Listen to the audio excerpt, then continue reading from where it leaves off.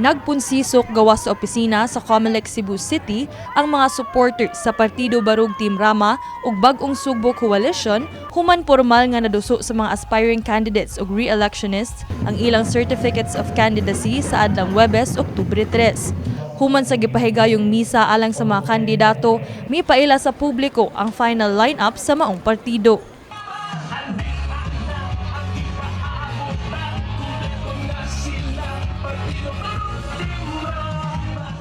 Bisan pa man nga kasamtangang gipaubos sa preventive suspension, nagpabiling lig-on sa iyang pagdagan alang sa ikaduhang termino isip mayor si Cebu City Mayor Mike Rama. Ang pirming istoryahan, dahil ko kapail. Nalalagi ko, ang amang ilang i-extend ang suspension, wang ako isa that we will continue bringing Cebu City, Singapore-like with Melbourne pictures. Magpapili isip Vice Mayor sa partido ang kasamtangan nga acting Vice Mayor sa syudad, Dondon Hontiveros. Kini si Dondon Hontiveros, hinaot nga inyong tabangan, mahimo ninyong Vice Mayor for 2025. Dagay salamat! Gi-endorso alang sa pagkakongresista sa Barug Bag-ong Sugbo Coalition ang kasamtangang presidente sa Association of Barangay Councils Franklin Ong alang sa North District. Ug magpare-elect usab ang incumbent Cebu City South District Congressman Edu Rama.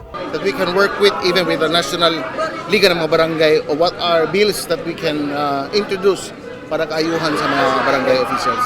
Push and lobby for more traffic solutions here in the city of Cebu. Ang anak ni Mike Rama nga si Mikel, misulod na pud sa politika ug magpapili isip City Councilor sa South District. Panahon na gyud na musud sa pagkuyog nako sa kong amahan niya ang mga issue din na sa Cebu City government daghan kay trabahoon. May paambit sab sa ilang mga plataporma ug mga plano ang pipila ka mga aspiring city councilors sa partido. Ginadili na droga na mga programa, ato na ipadayon. I will also carry ang PWD o ang senior citizen. Daghan kita mga tanganday, lagi na sa itong mga kaigsunang mga manindahay, sa mga mag-uuma, sa mga kabataan, at sa mga senior citizen. So ato ang pagpagapokusan niya ang disaster.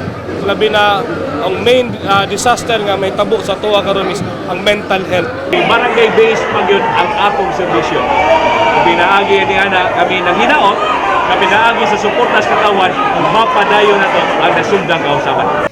Gani bisan pa man sa kadaghang supporters nga mikuyog sa mga kandidato, saysay sa kapulisan nga nagpabiling hapsay ang ikatulong adlaw sa COC filing. Karon third day daghan tong mga nag-file ng candidacy together with their mga supporters. So the Comelec was not able to anticipate it, no? That's why bigla sila nagtawag sa amin at kinailangan yung suporta ng CDM platoon just to maintain the peace and order dire sa vicinity ng Comelec.